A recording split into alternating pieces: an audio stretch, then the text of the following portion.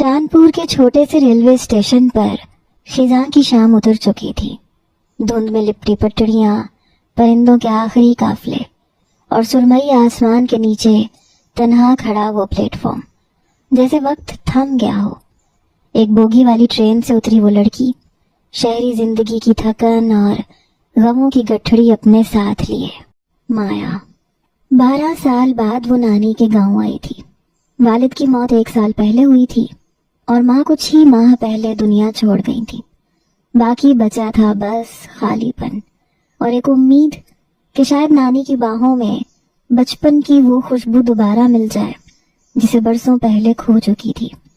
शहर में तो अब उसका दिल लगना मुमकिन नहीं था, इसलिए वो सुकून की तलाश में अपनी नानी के पास चली आई थी।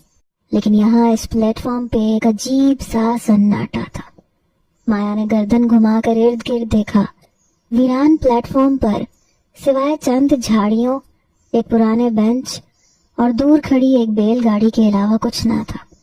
उस गाड़ी के पास खड़ी एक दुबली, झुर्रियों भरी मगर पुरवक्कार औरत लरसते हाथों में शॉल थामे नजरें माया पे जमाए खड़ी थी।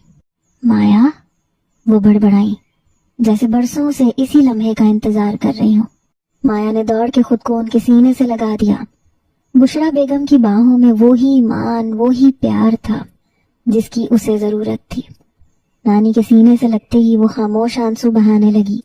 दिल में जो तकलीफ थी वो आंसुओं की सूरत बहने लगी। माँ की मौत का गम एक बार फिर ताजा हो गया था। कुछ यही हाल बुशरा बेगम का भी था।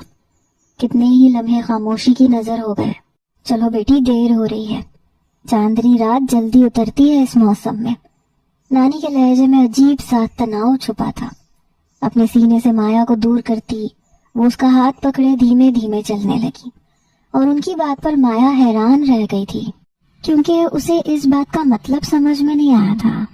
नानी ने उसका सामान बैलगाड़ी पे डाला, फिर उसके सहारे खुद भी बैलगाड़ी पे बैठ गई। बैलगाड़ी आहिस्ता आहिस्ता गांव की कच्ची सड़कों पे चलने लगी। माया चुपचाप बाहर देखती रही।